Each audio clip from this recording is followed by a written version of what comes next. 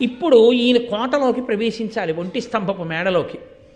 తన సోదరులైనటువంటి పావుల్ని కొంతమందిని పిలిచి, మీరు బ్రాహ్మణ కుమారుల వేషం వేసుకుని ఋగ్వేద యజుర్వేద మంత్రాలు చెప్తూ వెళ్ళండి, కొన్ని పువ్వులు పళ్ళు పట్టుకెళ్ళి ప్రసాదం రాజా నీకు రక్షగా ఇస్తున్నామని ఇవ్వండి.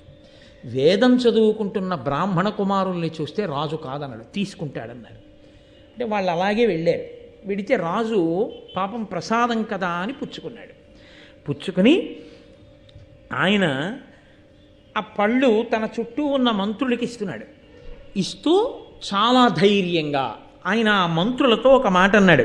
సూర్యులనున్న మంత్రులను చుట్టములన్ కడుకూర్చు మిత్రులన్ సరబలండు చూచి మునిశాపతి నంబులు ఒవుదించే అంభోరుహమిత్రుడస్తగిరి పొందెడునంచొగి తత్ఫలావలుల్ వారలకెల్లబెట్టి అనవజ్యుడు తనొక పండు